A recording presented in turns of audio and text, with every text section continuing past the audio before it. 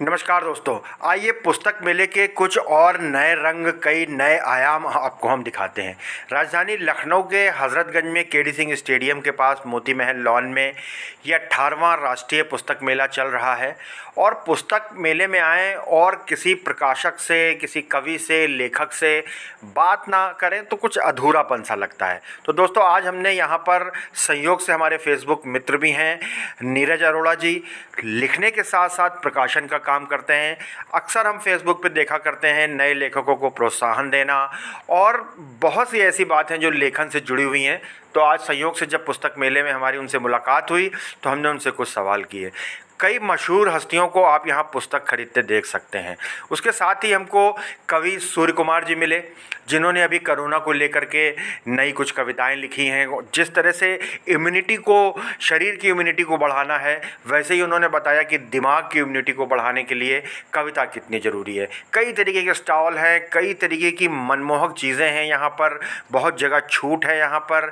दिन भर कुछ प्रोग्राम्स होते रहते हैं, कभी किसी लेखक से चर्चा होती है, कभी संगोष्ठी होती है, कभी सांस्कृतिक कार्यक्रम, कभी किसी का मंचन या पुरस्कार, और कभी कभी लेखक से भी बात होती है। लेकिन आज हम पर्दे के पीछे काम करने वाले पब्लिकेशन से जुड़े नीरज अरोड़ा जी से आपकी बात कराते हैं, और साथ ही बात कराते हैं कवि सूर्य कुमार सूर्य जी से कि किस प्रकार हमें लिखना चाहिए।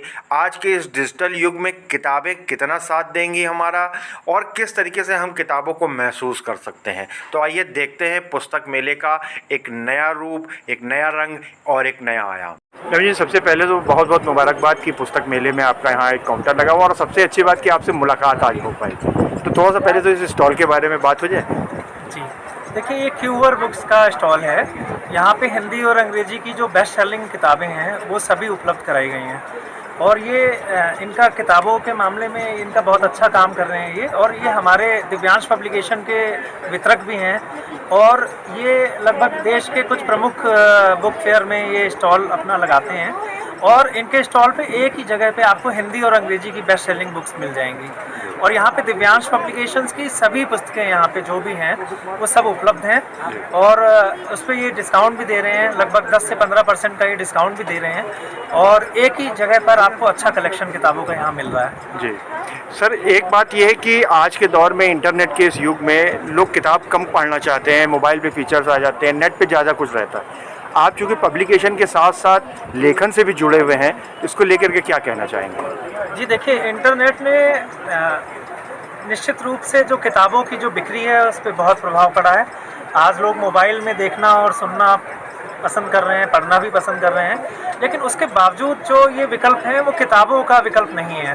क्योंकि किताबों को आप अपने सिरहाने रख सकते हैं, उनको पढ़ते समय उनको फील कर सकते हैं। जो किताबों को एक हाथ में लेते हैं, जो फीलिंग होती है ना, वो आपको इंटरनेट में नहीं आती। फिर दूसरी चीज़, आप मोबाइल का जब ज़्यादा प्रयोग करते हैं तो आपकी आंखों पे भी दुष्प्रभाव होता है। तो कुल मिला के आपके सोचने समझने की शक्ति तो ख़त्म होती है यदि आप ज़्यादा मोबाइल इस्तेमाल करते हैं तो। और किताबें क्या है, हमें उस दुनिया में भी ले जाती हैं जिस दुनिया में लेखक ने लिखा है, जिस समय को लिखा है, जिस काल को लिखा है। तो एक पुस्तक के माध्यम से हम उस समय काल की यात्रा भी करते हैं। एक तरह से किताबों से हम वो चीज़ें भी देख लेते हैं, वो नॉलेज भी हम हासिल कर लेते हैं जो हमें मोबाइल वगैरह से नहीं मिलती है। सर, युवा पीढ़ी को क्या मैसेज देना चाहेंगे? देखिए, युवा पीढ़ी को मेरा एक ही संदेश है कि कम से कम वर्ष में 5 पुस्तकों को उनको ज़रूर पढ़ना चाहिए। केवल गूगल देवता पर निर्भर नहीं रहना चाहिए। जब तक हम किताबें नहीं पढ़ेंगे, हम अच्छे से अपने समय काल को समझ नहीं पाएंगे। किताबें हमें उस समय काल की यात्रा भी कराती हैं, उसके अलावा हमारे व्यक्तित्व का निर्माण भी करती हैं, हमारी पर्सनैलिटी भी डेवलप होती है, और हमें बहुत कुछ सीखने को मिलता है। तो किताबों से अच्छा कोई विकल्प नहीं है। और मेरा यही अनुरोध है कि आप लोग यहाँ पुस्तक मेले में आएँ और ज़्यादा से ज़्यादा किताबें खरीदें, पढ़ें, और अपने दोस्तों को भी भेंट करें, गिफ्ट करें। जी सर, एक बात और रहती है कि जैसे जो नए बच्चे हमारे कुछ लिखना चाहते हैं, उनको प्रेरणा स्वरूप क्या कहेंगे? देखिए, नए बच्चों के लिए बहुत अच्छा प्लेटफॉर्म है। अगर वो लिखने के लिए, सबसे पहले तो उनको पढ़ना पड़ेगा, और जब तक वो पढ़ेंगे नहीं वो अच्छा लिख नहीं सकेंगे। तो पढ़ना पहली शर्त है, और लिखना दूसरी बात है। तो अच्छा लिखने के लिए अच्छा पढ़ना भी पड़ेगा, और पढ़ने के लिए इससे अच्छा प्लेटफॉर्म कहीं मिलेगा नहीं। तो पुस्तक मेले में आएँ, पुस्तकें पढ़ें और पढ़ाएँ, यही मेरा संदेश है। सूर्य प्रकाश सूरज जी, आज संयोग से पुस्तक मेले में आपसे मुलाकात हो गई जी। और काफ़ी प्रशंसा इधर बीच में आपकी सुनी गई है, रचनाएं आपकी आई हैं, तो थोड़ा सा रचना के बारे में अपनी कुछ बताइए। रचनाएं जो अभी कोविड का दौर रहा और हम लोग इस दौर से होके गुजरे हैं, और पीछे से लें तो हम लोग बहुत दिनों से जो है, जैसा कि अभी कह भी रहे थे नीरज भैया कि हमें पढ़ना बहुत ज़रूरी होता है लिखने के लिए। तो मैं ये मानता हूँ कि किताबों का जो सिलसिला है और उसकी जो कहानी है हमारे बीच से वो हट नहीं सकती है।